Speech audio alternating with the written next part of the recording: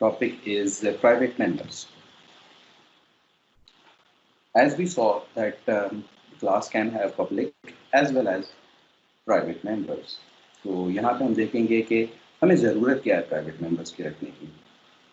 سب سے پہلی چیز تو یہ ہے کہ جو ڈیٹا ہائڈنگ ہے وہ جو ہم آبجیکٹ کی اسٹیٹ کو ہائڈ کرنا چاہتے ہیں آؤٹ سائڈ ورلڈ سے وہ بہت ضروری ہے.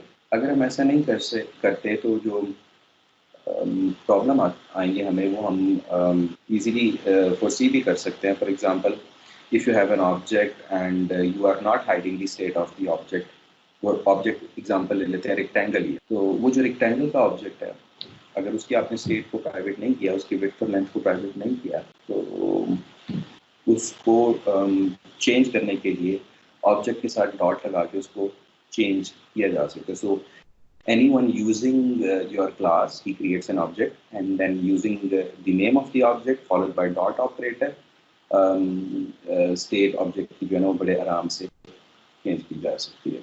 لیکن اس کا طریقہ یہ ہے کہ ہم آبجیکٹ کی اسٹیٹ کو پرائیویٹ کر دیتے ہیں اور اس اسٹیٹ کو یا ممبرس کو ماڈیفائی کرنے کے لیے ہم پبلک فنکشن لکھتے ہیں. یہ جو ایگزامپل آپ کے سامنے جو دی گئی ہے اس میں دو ایٹریبیوٹس ہیں وڈتھ اور لینتھ کے, اور جو نیچے لیے گئے ہیں یہ سارے ممبر فنکشنز ہیں. اس میں دو سیٹر فنکشن دکھائے گئے ہیں, سیٹ وڈتھ اور سیٹ لینتھ کا, اور دو گیٹر فنکشن دکھائے گئے ہیں, گیٹ وڈتھ اور گیٹ لینتھ کا. تو اگر آپ یہ out side word means out side the body of the class, اور اگر آپ لینتھ کو چینج کرنا چاہتے ہیں تو سیٹر فنکشن کے تھرو کریں گے, لینتھ کو ریڈ کرنا چاہتے ہیں گیٹر فنکشن کے تھرو کریں گے.